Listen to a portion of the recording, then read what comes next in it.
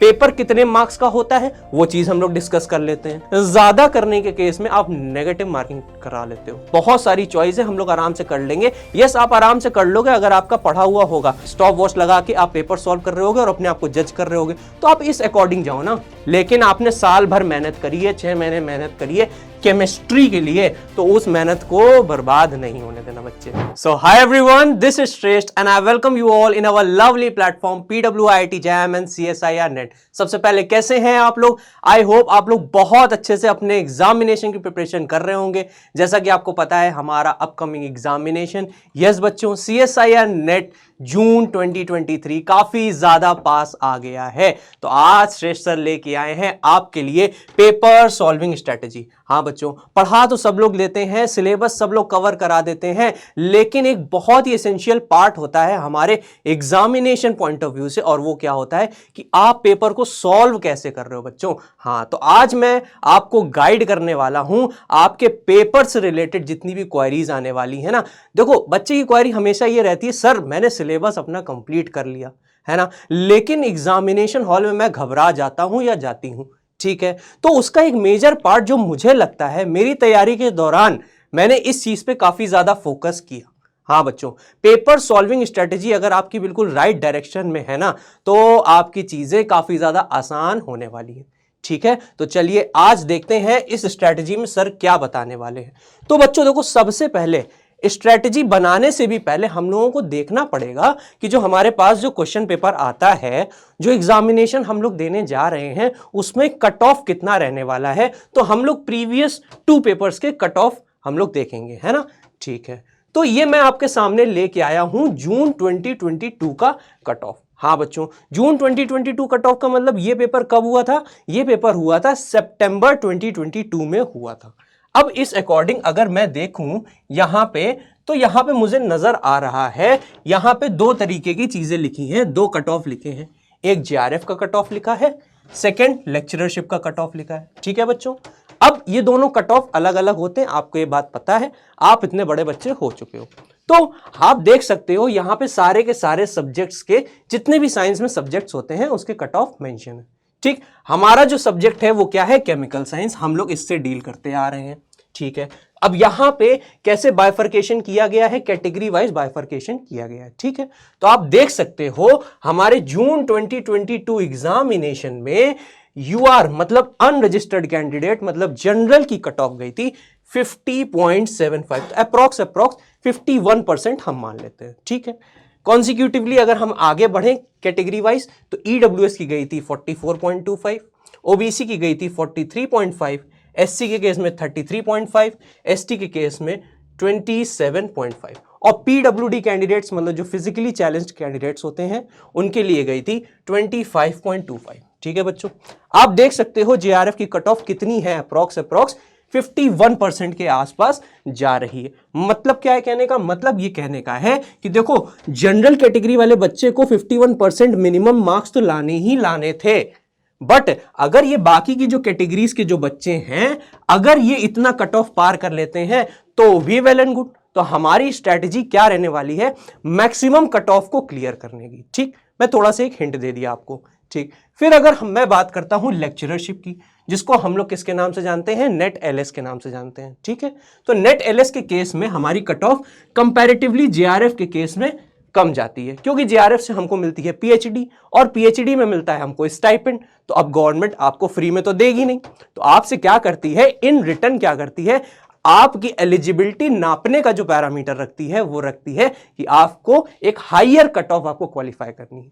ठीक है, तो अगर यहां पे हम बात करें तो UR की 45.6% कट ऑफ थी, मतलब अप्रॉक्स 46%। फिर उसके बाद EWS के केस में 39.8%, फिर उसके बाद OBC के केस में 39.1%, SC केस में 30.15, ST के केस में 25 एंड PWD कैंडिडेट्स के केस में 25%। ये था हमारे जून 2022 जो कि अभी लेटेस्ट हमारा एग्जामिनेशन हुआ था। ठीक, फिर अगर हम आगे बढ़ते हैं तो आगे ये कट ऑफ है हमारे पास। देखो क्या लिखा है? जून 2021 examination which was held on 29/1, 15/2, 16-2 and 17-2, मतलब ये फरवरी में जो हमारा CSIR नेट एग्जामिनेशन हुआ था ये उसकी कट ऑफ है बच्चों। ठीक है, अब यहां पे भी वही बाइफरकेशन है, क्या है आप देख सकते हो JRF का एंड LS का। ठीक, JRF की कट ऑफ उस पर्टिकुलर अटेम्प्ट में कितनी थी, 52.75 थी, अप्रॉक्स 53% थी। ठीक है, फिर अगर हम बात करते हैं EWS के केस में तो 46% थी, OBC के केस में 45.5 थी, फिर उसके बाद SC के केस में 36.2, ST के केस में 27.2, PWD के केस में अगेन 25%। ठीक है, ये बात हमको पता चल गई। फिर अगर हम बात करते हैं नेट कैंडिडेट्स की बात तो 47.4, 41.625 EWS के केस में, OBC के केस में 40.9, SC के केस में 32.6, ST के केस में 25 एंड PWD कैंडिडेट्स के केस में 25%। ये हमने देखी प्रीवियस दो एग्जामिनेशंस की कट ऑफ। ठीक है, तो अब इस बेसिस में हमारे पास क्या कंक्लूजन आता है, तो हमारे पास ये कंक्लूजन आता है कि अगर कोई बच्चा CSIR नेट मतलब LS पे फोकस कर रहा है, मेजरली LS पे फोकस कौन कर रहा होगा, जिसकी एज 28 के अबव होगी, क्योंकि अब वो JRF के लिए तो एलिजिबल नहीं है। ठीक है, तो CSIR नेट LS की अगर मैं बात करूं तो मोटा मोटा हम लोग क्या देख रहे हैं, 45 से 50% मार्क्स हमें अचीव करने हैं, मतलब 45 to 50% मार्क्स हमें लेके आने हैं अगर हमें LS क्वालिफाई करना है। तो ये अराउंड कितने मार्क्स हमारे बनेंगे, ये हमारे मार्क्स बनेंगे 90 से 100 मार्क्स का हमें पेपर अटेम्प्ट करना है। हमारे फाइनल स्कोर 90 से 100 की रेंज में अगर बनेंगे तो हमारा क्या होगा, CSIR नेट LS हमारा क्वालिफाई हो जाएगा, मतलब हम लेक्चररशिप के लिए एलिजिबल हो जाएंगे। ठीक है, फिर अगर हम बात करते हैं CSIR JRF, जैसा कि आप देख सकते हो मैंने नेट का सर्कल थोड़ा छोटा बनाया है और CSIR JRF का सर्कल थोड़ा बड़ा बनाया है, बिकॉज इस केस में आपको थोड़े से ज्यादा मार्क्स स्कोर करने पड़ेंगे। यस बच्चों, आप मेरे सामने देख सकते हो 50 से 55% कट ऑफ इसका अप्रॉक्स रहता है। ठीक है, और ये परसेंटेज अगर मैं मार्क्स में कन्वर्ट करके लाऊं तो मार्क्स में अप्रॉक्स 100 to 110 मार्क्स आपको स्कोर करने हैं। अब पेपर कितने मार्क्स का होता है वो चीज हम लोग डिस्कस कर लेते हैं। तो बच्चों देखो, पेपर का जो क्राइटेरिया होता है वो कुछ इस तरीके से होता है, मार्क्स डिस्ट्रीब्यूशन। ठीक, पेपर हमारा 3 पार्ट में आता है, part A, part B and part C। Part A में 20 क्वेश्चंस आते हैं 2 मार्क्स के, ये मैंने लिख रखा है। पार्ट B में 40 क्वेश्चंस आते हैं 2 मार्क्स के। ठीक है, पार्ट C में 60 क्वेश्चंस आते हैं 4 मार्क्स के। ठीक, ये बात हमें समझ में आ गई। फिर उसके बाद हमें क्या पता है, हमें ये पता है हमें पार्ट A में 15 क्वेश्चन अटेम्प्ट करने होते हैं, काफी ज्यादा इंपॉर्टेंट बात है।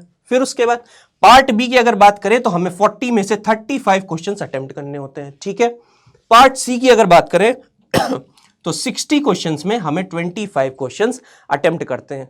ठीक है, तो देखने वाली बात क्या है, बच्चों को अब ये लगेगा सर चॉइस तो बहुत है मेरे पास, बहुत सारी चॉइस है, हम लोग आराम से कर लेंगे। यस, आप आराम से कर लोगे अगर आपका पढ़ा हुआ होगा, बट बच्चों मैं आपको बता दूं यहां पे नेगेटिव मार्किंग भी होती है हमारे पेपर में। हाँ, अगर मैं नेगेटिव मार्किंग की बात करूं, हमारे तीनों सेक्शन में 1/4 की नेगेटिव मार्किंग होती है, 1/4 की नेगेटिव मार्किंग होती है एंड 1/4 की नेगेटिव मार्किंग होती है। तो अगर हम देखेंगे पार्ट A में 1/4 अगर हम करते हैं तो यहां पे आता है 0.5 और यहां पे आता है 0.5 और यहां पे आता है 1 मार्क्स। तो आप इस अकॉर्डिंग आप थोड़ा सा प्लान कर लो। फिर उस हिसाब से हमने देखा कि मार्क डिस्ट्रीब्यूशन क्या होता है। अब हम लोग स्ट्रेटेजी बनाएंगे उस कट ऑफ और मार्क्स डिस्ट्रीब्यूशन के अकॉर्डिंग। तो मेरे according part A, part B, part C में आपको बराबर से थोड़ा ध्यान देने की जरूरत है। ठीक है, पार्ट A की अगर बात करूं तो आपको सिर्फ और सिर्फ पार्ट A में 10 मार्क्स स्कोर करने हैं। अगर आप सिर्फ और सिर्फ 10 मार्क्स स्कोर कर लोगे ना बच्चे, आपका JRF क्वालिफाई हो जाएगा। ठीक है, पार्ट B में आपको सिर्फ और सिर्फ 40 मार्क्स स्कोर करने हैं बस, ना 41 की बात कर रहा हूं ना 39 की बात कर रहा हूं, सिर्फ 40 मार्क्स ले आओ, चीजें हो जाएंगी। ठीक, पार्ट C में आपको 80 मार्क्स लाने हैं। अगर आप 80 मार्क्स ले आओगे आपका JRF अगेन हो रहा है। अगर आप ये 3 बातें मेरी मान लो, पार्ट A में किसी भी तरह करके, किसी भी तरह क्या पढ़ के ही, ऑब्वियस है क्वेश्चंस अटेम्प्ट करके ही, राइट आंसर मार्क करके ही आप क्या लाओगे, 10 मार्क्स लाओगे। पार्ट B में आपको 40 मार्क्स लाने हैं और पार्ट C में आपको 80 मार्क्स लाने हैं। ये कैसे आएंगे आइए देखते हैं। अगर आप क्या करो, 5 क्वेश्चंस अटेम्प्ट करो, सिर्फ और सिर्फ 5 क्वेश्चंस अटेम्प्ट करने को कह रहा हूं, बहुत ज्यादा नहीं बोला मैंने। 15 क्वेश्चन में मैं कह रहा हूं 20 क्वेश्चन आते हैं, 20 क्वेश्चन में 15 अटेम्प्ट करने होते हैं, फिर भी मैं उनमें कह रहा हूं आप सिर्फ 5 अटेम्प्ट करो, लेकिन नेगेटिव मार्किंग नहीं करो। 5 क्वेश्चन सिर्फ और सिर्फ अटेम्प्ट करो और आपको 10 मार्क्स मिल जाएंगे।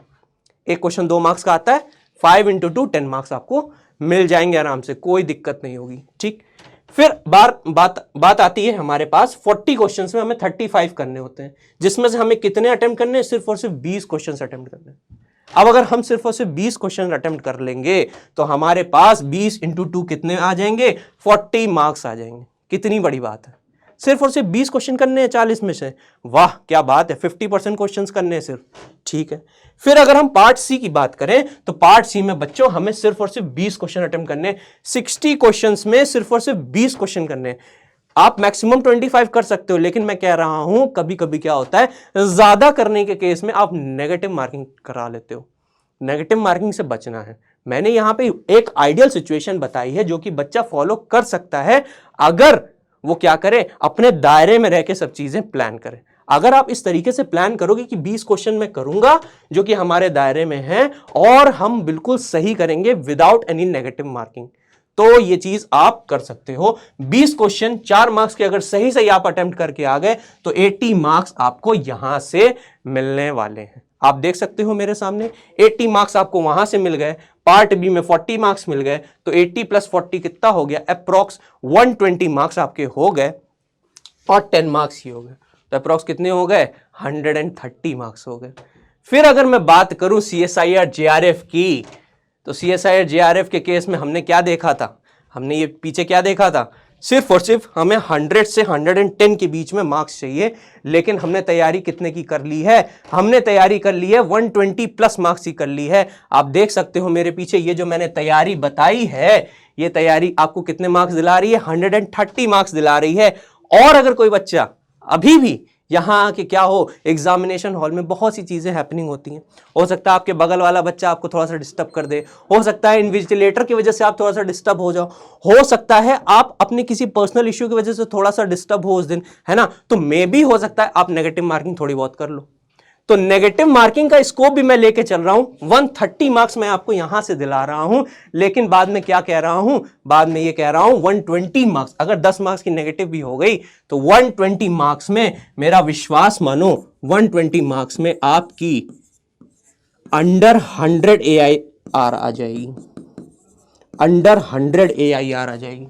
यस बच्चों, JRF में AIR अंडर 100 आ जाएगी। यस, बिल्कुल सटीक स्ट्रेटेजी है, पेपर ऐसे ही सॉल्व करना है। पेपर क्यों मैं आज से ये लेके आया, जरूरी था ये स्ट्रेटेजी आपको बताना, क्योंकि अभी एग्जामिनेशन को कुछ लास्ट दिन बचे हैं कुछ, है ना। अब इन लास्ट दिनों में आप क्या कर रहे होगे, फुल लेंथ पेपर सॉल्व कर रहे होगे, है ना, स्टॉप वॉच लगा के आप पेपर सॉल्व कर रहे होगे और अपने आप को जज कर रहे होगे। तो आप इस अकॉर्डिंग जाओ ना, ये जो मैंने तरीका बताया आप इस अकॉर्डिंग जाओ, part A, part B, part C. फिर एक बच्चे के दिमाग में कंफ्यूजन आता है, वो चीज और दूर कर देता हूं। क्या कंफ्यूजन आता है, सर पेपर हम लोग बढ़े किधर से, पेपर ऑनलाइन होने वाला है, ठीक है, आपके पास स्क्रीन में part A, part B, part C ऐसे लिखा होगा, ठीक है, अब कहां से स्टार्ट करें। देखो 2 तरीके के बच्चे होने वाले हैं। पहला बच्चा वो होगा जिसका जनरल एप्टीट्यूड अच्छा है, ठीक है, अगर किसी बच्चे का जनरल एप्टीट्यूड अच्छा है तो बच्चा पार्ट ए से स्टार्ट करो तुम, लेकिन अगर तुम्हारा जनरल एप्टीट्यूड वीक है तुम पार्ट सी से जाओ, क्योंकि केमिस्ट्री तो सबकी स्ट्रांग होगी, ठीक है। अगर केमिस्ट्री सबकी स्ट्रांग है मतलब ये है, मैं कह रहा हूं मेरी स्ट्रेटेजी इस बार मान के देखो, तुम्हारा CSIR JRF तुम्हारे हाथ में होगा। पार्ट सी पहले अटेम्प्ट करो, पार्ट सी के बाद पार्ट बी की तरफ बढ़ो, पार्ट बी के बाद पार्ट ए की तरफ बढ़ो। अगर टाइम नहीं बचा तो पार्ट ए नहीं भी करोगे तो कोई दिक्कत नहीं, मैं कह रहा हूं, लेकिन ये तो आपने साल भर पढ़ा है ना, केमिस्ट्री तो साल भर पढ़ी है ना।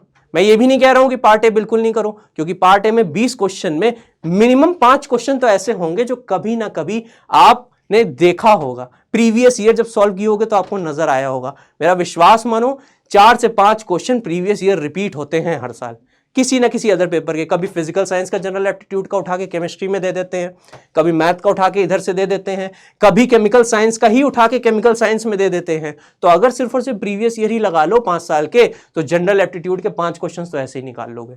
लेकिन आपने साल भर मेहनत करी है, 6 महीने मेहनत करी है केमिस्ट्री के लिए, तो उस मेहनत को बर्बाद नहीं होने देना बच्चे। हाँ, पार्ट सी से स्टार्ट करो, पार्ट बी पे जाओ, फिर उसके बाद पार्ट ए तक आओ। ठीक है, पेपर सॉल्व हो जाएगा और तुम्हारे पास क्या होगा, CSIR JRF 120 मार्क्स प्लस होंगे तुम्हारे पास और तुम्हारी रैंक आ रही होगी अंडर 100 रैंक। ठीक है, तो आज की स्ट्रेटेजी देख के आई होप आप लोगों को बहुत अच्छा लगा होगा। मेरा मेन मोटिवेशन आप लोग हो, आपकी तैयारी है। मैं चाहता हूं आपकी तैयारी, मतलब मेरे पढ़ाए हुए एक भी बच्चे की तैयारी वेस्ट ना जाए। ठीक है, पढ़ते सब हैं, सिलेबस सब लोग कंप्लीट करते हैं, लेकिन क्या होता है, ये सब छोटी छोटी चीजें होती हैं, जैसे कि पेपर अटेम्प्टिंग स्ट्रेटेजी हो गया, टाइम मैनेजमेंट हो गया, सेल्फ कॉन्फिडेंस हो गया, इन पे कोई चर्चा नहीं करता है। इस पे भी फोकस करना बच्चे बहुत जरूरी है। ठीक है, तो आज मैं एक टॉपिक में आपसे डिस्कशन कर लिया कि पेपर आपको कैसे सॉल्व करना चाहिए। तो आज से ही जितने भी आप मॉक टेस्ट लगा रहे हो, जितने भी फुल लेंथ टेस्ट लगा रहे हो, इस तरीके से सॉल्व करना स्टार्ट करो, देखना आप में अपने आप को इंप्रूवमेंट दिखने लगेगा। ठीक है बच्चों, तो ऑल द बेस्ट, अपनी तैयारी पे लगे रहो। Thank you so much.